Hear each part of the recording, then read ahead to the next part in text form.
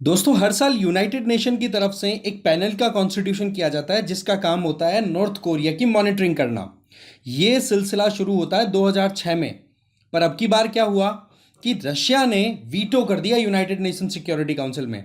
जैसे कि आपको पता है, वीटो की पावर परमानेंट 5 मेंबर्स के पास में है और उनमें से एक रशिया भी है। और वीटो एक नेगेटिव वोट है। इसका मतलब ये हुआ कि यूएनएससी के जो टोटल 15 मेंबर्स हैं, उनमें से 14 मेंबर अगर किसी बात के लिए हाँ या ना किसी भी तरफ एक साथ आ रहे हैं ना, और बचा हुआ एक मेंबर अगर परमानेंट 5 में से एक है और उसने नेगेटिव वोट कर दिया कि जी मैं खुश नहीं हूं इस डिसीजन से, तो वो मामला वहीं पस्त हो जाता है। और यही काम अभी रशिया ने किया कि यूएनएससी में एक रेजोल्यूशन लाने की बात हुई कि भाई अभी जो नॉर्थ कोरिया को मॉनिटर करने वाला पैनल है उसका एक्सपायरी डेट है वो 30 अप्रैल है। तो उससे पहले पहले हमें एक और पैनल कॉन्स्टिट्यूट कर देना चाहिए जो आने वाले एक साल के लिए काम करता रहेगा। तो ऐसी परिस्थितियों में रशिया ने अब की बार इस रेजोल्यूशन को कर दिया ब्लॉक। और बात को लेकर के सनसनी मची हुई है पूरी दुनिया भर में। कारण क्या है कि नॉर्थ कोरिया लगातार अपने न्यूक्लियर वेपन की जो एक तरीके से अपनी जो एक फ्लीट है उसको एक्सपेंड करता चला जा रहा है। और अभी रिसेंटली तो ऐसे रिपोर्ट्स निकल के आई है कि नॉर्थ कोरिया ने सॉलिड फ्यूल इंजन भी तैयार कर लिया है, जो कि new type intermediate range hypersonic missiles को यूज बनाने में, डेवलप करने में हेल्प करेगा। तो ये चीजें बहुत ज्यादा कंसर्निंग है। बट रशिया ने यहां पर क्लियर बोल दिया कि जी देखो, जिस तरीके से काम हो रहा है ना, इन कामों में वेस्टर्न इन्फ्लुएंस ज्यादा दिखाई दे रहा है, यहां पर एक न्यूट्रल अप्रोच दिखाई नहीं दे रही। इसलिए फिर रशिया ने एक तरीके से इस बात को ब्लॉक कर दिया, अपनी तरफ से वीटो कर दिया। इस बात को हम डिटेल में समझेंगे कि अलग अलग कंट्रीज के क्या ओपिनियन है और लॉन्ग टर्म में इसके क्या आउटकम्स हो सकते हैं, वो भी हम जानने की कोशिश करेंगे। देखो, हम आगे बढ़े उससे पहले एक इंपॉर्टेंट बात। सृजन हमारा प्रोग्राम चल रहा है जिसमें प्रीलिम्स मॉक टेस्ट कंडक्ट कराया जा रहा है, जिसमें जीएस और सी सेट के आप टेस्ट दे सकते हो। ऑल इंडिया लेवल के ये टेस्ट हो रहे हैं, ठीक है, जिसमें ऑनलाइन और ऑफलाइन दोनों फैसिलिटीज हैं। ऑनलाइन के लिए आप तो लिंक डिस्क्रिप्शन बॉक्स में गिवन है, जाके ज्वाइन कर लो। दूसरा, ऑफलाइन के लिए भी आप जाना चाहो तो हमारा करोल बाग, मुखर्जी नगर, लखनऊ, पटना, चारों सेंटर्स पर ये एग्जाम कंडक्ट होंगे। इन चारों डेट्स पर जो आपके सामने स्क्रीन पर मेंशन्ड है, 31 मार्च, 14 अप्रैल, 5 मई और 2 जून। तो ये आपकी तैयारी को एक बूस्ट देने के लिए हमारी तरफ से एक इंपॉर्टेंट एफर्ट है। अब देखो, मामला क्या है। मामला तो कुछ ऐसा है, देखो, नॉर्थ कोरिया ना पहले एक अच्छे बच्चे की तरह शुरुआत करता है। वैसे देखा जाए तो कोरिया दो पार्ट्स में डिवाइड हो गया था कोल्ड वॉर पीरियड के टाइम पे, जब नॉर्थ कोरिया कम्युनिस्ट, जिसको यूएसएसआर सपोर्ट करता था, राइट, जिसकी लेगेसी को रशिया कंटिन्यू कर रहा है। वहीं दूसरी तरफ साउथ कोरिया, जो कि एक रिपब्लिकन कंट्री है जिसको सपोर्ट यूएसए का मिलता रहता है। तो इन दोनों के बीच की जो टेंशन्स थी वो एक पीक पे पहुंचती है कोरियन वॉर के नाम पे। आप देखते हो कि उस वॉर में कहीं ना कहीं कोल्ड वॉर का पूरा असर था, जहां पर इनडायरेक्टली यूएसएसआर और रशिया, यूएसएसआर और आपका यूएसए दोनों एक दूसरे के कॉन्फ्लिक्ट में थे। अगेन वही, आमने सामने नहीं थे, बट यस, लड़ाई चल रही थी। बट फिर भी जब 1960s के टाइम पे nuclear non proliferation treaty NPT sign होती है ना, तो उसको नॉर्थ कोरिया साइन कर देता है कि चलो ठीक है कि हम एनपीटी को साइन करते हैं अगर हमें कम्युनिस्ट के तौर पे कंसिडर कर लिया जाता है तो। बट अगेन समय बीतता है, नॉर्थ कोरिया को पता पड़ता है कि वेस्टर्न कंट्रीज जो हैं वो अपनी ताकत को ही बढ़ाने की कोशिश कर रहे हैं, बाकियों की इतनी कंसिडर ही नहीं कर रहे। तो नॉर्थ कोरिया ने एनपीटी से खुद को विड्रॉ किया पहले तो, और फिर उसके बाद में 2006 में अपना पहला न्यूक्लियर टेस्ट कर लिया। अब ऐसे में आपको पता है एनपीटी तो जो परमानेंट 5 मेंबर हैं यूनाइटेड नेशन सिक्योरिटी काउंसिल के, उन्हीं को अलाउ करता है न्यूक्लियर वेपन को अपने पास में रखने का। और नॉर्थ कोरिया ने यहां पर टेस्टिंग कर दी, तो ये एनपीटी का वायलेशन हो गया। ऐसे में फिर यूएन में रेजोल्यूशन पे रेजोल्यूशन लाए जाते हैं, और उन रेजोल्यूशन में पहला रेजोल्यूशन 2006 का था और दूसरा 2009 का। इसके अंदर ये प्रोविजन थे कि भैया कैसे भी करके नॉर्थ कोरिया को रोका जाए, सैंक्शंस लगा दिए कि आप इतना तेल खरीद सकते हो, इतना आप अपनी, इतना मतलब इंटरनेशनल ट्रेड के अंदर इतना ही पार्टिसिपेशन आपका रहेगा। मतलब हर तरीके से नॉर्थ कोरिया को एक कंटेन करने की कोशिश की गई। और साथ ही साथ एक एक्सपर्ट पैनल भी कॉन्स्टिट्यूट किया गया जिसमें मेजर रोल प्ले किया था रशिया और चाइना ने। बट आप देखो कि अब ये एक साल के लिए फाइनल जो कॉन्स्टिट्यूट होता है, इसकी डेट खत्म होने वाली है 30 अप्रैल को। तो रशिया ने अपनी तरफ से मना कर दिया कि भाई हमारी तरफ से तो बिल्कुल भी एग्रीमेंट नहीं है कि आप इस पैनल को रिवाइवल दो। ठीक है, अभी तक नॉर्थ कोरिया को सैंक्शन देने के लिए यूनाइटेड नेशन सिक्योरिटी काउंसिल ने लंबी लिस्ट बना रखी है अपने रेजोल्यूशंस की, क्योंकि टारगेट यह है कि नॉर्थ कोरिया न्यूक्लियर वेपन को बिना सोचे समझे कहीं यूज ना कर ले। आप देखते हो ना, कई बार रिपोर्ट्स आती है नॉर्थ कोरिया ने एक बैलिस्टिक मिसाइल का टेस्ट किया है, जापान के ऊपर से उड़ती हुई गई है, साउथ कोरिया तो पास की पास में, वैसे टेंशन रहती है। तो ऐसे में वेस्टर्न कंट्रीज बिल्कुल भी हल्के में नहीं ले रहे हैं नॉर्थ कोरिया को। तो ये चीज यहां पर दिखाई देती है कि अब रशिया का मूड चेंज हो गया। जब से यूक्रेन वॉर स्टार्ट हुआ है, रशिया पर और नॉर्थ कोरिया पर एलिगेशन लगाए जा रहे हैं कि प्योंगयांग जो है उसकी तरफ से रशिया को वेपन दिए जा रहे हैं, जिसके चलते रशिया लगातार यूक्रेन वॉर में लड़ाई कर रहा है, जबकि अभी तक रिपोर्ट्स ही हैं, राइट। बट पॉइंट ये है कि ऐसा क्यों हो रहा है, इसके पीछे लॉजिक हमें समझना होगा कि देखो, जब नॉर्थ कोरिया बना था ना 1948 के आसपास में, लगभग नॉर्थ कोरिया की तरफ से कम्युनिस्ट आइडिया पे काम करना शुरू किया, तब सबसे पहले यूएसएसआर ने ही रिकॉग्नाइज किया था कि हाँ जी, नॉर्थ कोरिया नाम से एक कंट्री है, इसको हम मानते हैं। बाद में फिर लंबी लिस्ट लगी थी। वो बात अलग है कि जब ये कोरियन वॉर जब हुआ था ना, एक तरफ कम्युनिस्ट और दूसरी तरफ एक डेमोक्रेटिक कंट्री, तो उसको लेकर के इंडिया ने बहुत कंड्यूसिव रोल प्ले किया था। जब हमारा नैम में पार्टिसिपेशन हुआ करता था, या हम कैसे भी करके दुनिया में शांति स्थापित करना चाह रहे थे, तो उस टाइम का हमारा भी एक इंपॉर्टेंट रोल था। बट पॉइंट ये है कि कम्युनिज्म के चलते नॉर्थ कोरिया का एक टिल्ट, एक बायस हमेशा से चाइना और दूसरी तरफ यूएसएसआर की तरफ रहा। वैसे हमें पता है यूएसएसआर डिसइंटीग्रेट हो गया था 1991 में, बट अभी भी रशिया जो है ना, वो नॉर्थ कोरिया को लगातार सपोर्ट करता हुआ दिखाई दे रहा है, और ये चीज इसका एक गजब का मैनिफेस्टेशन है। नॉर्थ कोरिया और साउथ कोरिया ऐसे ही नहीं बने, बहुत लड़ाइयां हुई है।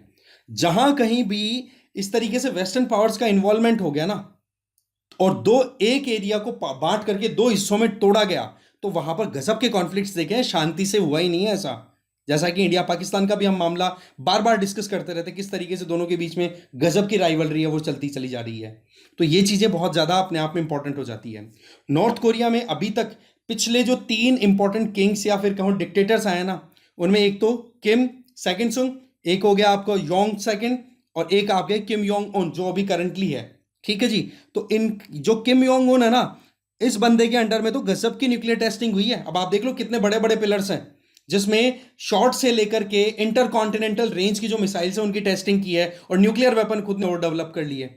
वैसे बताया जाता है कि चाइना के द्वारा 2 पागल लोगों को पाला हुआ है। कुछ एक्सपर्ट्स का कहना होता है, मेरा नहीं कहना, ठीक है, कि भाई एक तरफ तो पाकिस्तान है, दूसरी तरफ नॉर्थ कोरिया है, इनको चाइना ने पाल लिया, पर ये कब क्या कर देते हैं चाइना को खुद को समझ में नहीं आता। अब देखो, जब ये पूरा मैकेनिज्म हम समझ रहे हैं, तो क्रोनोलॉजी को भी ध्यान से देख लेते हैं। 2006 में पहला न्यूक्लियर टेस्ट, 2009 में दूसरा, इस तरीके से 2009 तक तो 2 ही किए, पर अभी जो 2011 के बाद की जड़ी लगाई है ना, 13, 16, 16, 17, 4 न्यूक्लियर टेस्ट, बहुत बड़े। अच्छा, साइट्स आप देखोगे न्यूक्लियर टेस्टिंग के लिए जो डेडिकेट कर रखी है नॉर्थ कोरिया ने, उनमें आप देख सकते हो पुंगेई है, सिंपो है, वानसन है, सोहाई है, योंगबियोन है। ये न्यूक्लियर फैसिलिटीज डेवलप कर रखी है अपनी खुद की। न्यूक्लियर टेस्ट साइटिंग के लिए तो मेनली इस पे डिपेंडेंट रहता है, और इधर से फिर बाद में ये लॉन्चिंग की जाती है, ठीक है, मिसाइल्स की। ये चीजें क्या शो करती है वाकई में कि क्या मैकेनिज्म चलता है, किस तरीके से नॉर्थ कोरिया ने नाक में दम कर रखा है इन कंट्रीज के। इसके अलावा देखा जाए तो रशिया ने वीटो करते टाइम पे साफ साफ क्या कहा, भाई देखो, ये जो बॉडी है ये इंडिपेंडेंटली काम नहीं कर रही है, लगातार वेस्टर्न अप्रोच वो दिखाई दे रही है। न्यूट्रल अप्रोच अगर होती तो शायद हम यहाँ पर ब्लॉक नहीं करते इसकी रिक्रिएशन को। इसके अलावा देखा जाए तो यूक्रेन में जब से रशिया ने इन्वेड किया है, तब से वेस्टर्न कंट्रीज वैसे ही खार खा के बैठे हैं रशिया पे।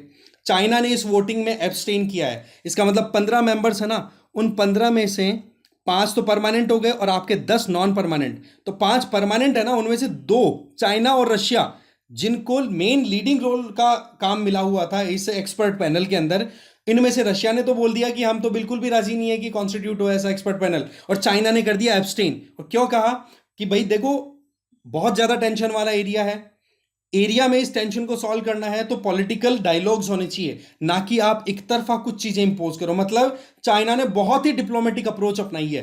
रशिया ने तो चलो फिर भी क्लियरली बोल दिया कि वीटो करते हैं हम, एक खुल के तो अपनी अप्रोच दिखाई, बट चाइना ने बड़ा स्मार्ट खेल खेला है, क्योंकि चाइनीज इकोनॉमी भी क्राइसिस में है ना। अब डायरेक्टली चाइना यहां पर अगर वीटो कर देता, नॉर्थ कोरिया को सपोर्ट कर देता, जबकि ये ध्यान रखे कि चाइना के सपोर्ट के आधार पर ही नॉर्थ कोरिया इतना पावरफुल बन रहा है। रशिया तो चलो ठीक है कि आज की परिस्थितियों में रशिया टिल्ट होता चला जा रहा है चाइना की तरफ, बट मोटी तौर पर देखा जाए तो 1991 के बाद में रशिया मोर और लेस वेस्ट के साथ में अपने अच्छे रिलेशन मेंटेन करने की कोशिश कर रहा था। बट अगेन बात आ जाती है कि चाइना जो है वो अपनी इकोनॉमी और अपने खुद के लॉन्ग टर्म गोल्स को बिल्कुल कॉम्प्रोमाइज नहीं करना चाहता। इसके चलते स्मार्ट वर्क यहाँ पे कर दिया। अब देखो क्या क्या चेंजेस हो सकते हैं इस पूरे स्टैंड के। देखो 2019 के बाद में लगातार टेंशंस बढ़ती चली जा रही हैं। 2019 के बाद में देखो हमारी और चाइना की टेंशंस जे गलवान वैली इंसिडेंट के बाद में।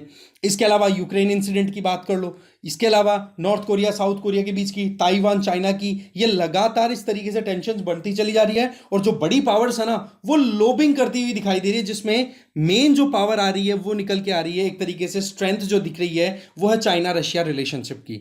वैसे ही नेटो है, वो भी अपने आप को एक्सपेंड करता चला जा रहा है, जैसे कि फिनलैंड को ज्वाइन करा लिया, स्वीडन को ज्वाइन करा लिया, और लगातार अपनी एक्सपेंशन ईस्टवर्ड करता चला जा रहा है। तो रशिया भी नेटो को काउंटर करने के लिए नॉर्थ कोरिया का साथ देना चाहता है। इसके अलावा देखा जाए तो यहां पर सबसे इंपॉर्टेंट चीज आती है कि ऑपोजिशन पार्टीज हैं उनके द्वारा क्या बात कही गई। तो यूएसए ने तो ये कह दिया कि ये बहुत गलत काम किया जा रहा है, ये अपने आप में यूं मानो कि एक गलत स्टैंड है, उसको अप्रोच या फिर फेवर करने की बात की जा रही है। दूसरी चीज यहां पर साउथ कोरिया के द्वारा तो यहां तक कह दिया कि आप रंगे हाथों पकड़े नहीं जाते, इसलिए सीसीटीवी कैमरा को तोड़ रहे हो। इसका मतलब मॉनिटरिंग को आप रोक करके अपने काम को कंटिन्यू करना चाहते हो। ये एलिगेशन सीधा लगा दिया रशिया और नॉर्थ कोरिया के ऊपर साउथ कोरिया ने। अभी नॉर्थ कोरिया के ऊपर जो सैंक्शंस लगे हुए हैं उसमें आप देख लो कि कच्चा तेल है वो 4 मिलियन बैरल तक इंपोर्ट कर सकता है, और जो रिफाइंड तेल है वो नॉर्थ कोरिया 5 लाख बैरल तक इंपोर्ट कर सकता है। बट अगेन रशिया लगातार अपनी तरफ से अपनी इकोनॉमी को सस्टेन करने के लिए अपनी तरफ से एनर्जी सप्लाई इंश्योर कर रहा है अलग अलग कंट्रीज को, जिनमें इंडिया भी है। राइट? तो कुल मिलाकर के देखा जाए तो नॉर्थ कोरिया बिल्कुल भी यहां पर इन सैंक्शंस को मानता हुआ दिखाई भी नहीं दे रहा है। यूके ने भी अपनी तरफ से कहा कि देखो रशिया इस तरीके से सैंक्शंस को इंप्लीमेंट करने में हर्डल्स क्रिएट कर रहा है, तो ये लॉन्ग टर्म में ठीक बात नहीं है। ओवरऑल अगर देखा जाए तो वर्ल्ड ऑर्डर के लिए कहीं ना कहीं क्राइसिस की सिचुएशन क्रिएट हो सकती है। बट एक चीज तो क्लियर है, देखो कि नॉर्थ कोरिया वैसे किसी की सुनता नहीं है, चाहे आप कितनी एफर्ट्स लगा लो, ये भी पता है हमें।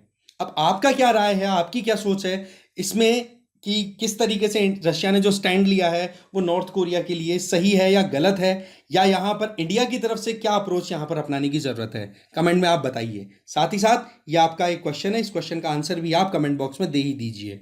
ओके, तो इस वीडियो में इतना ही है। Thank you very much.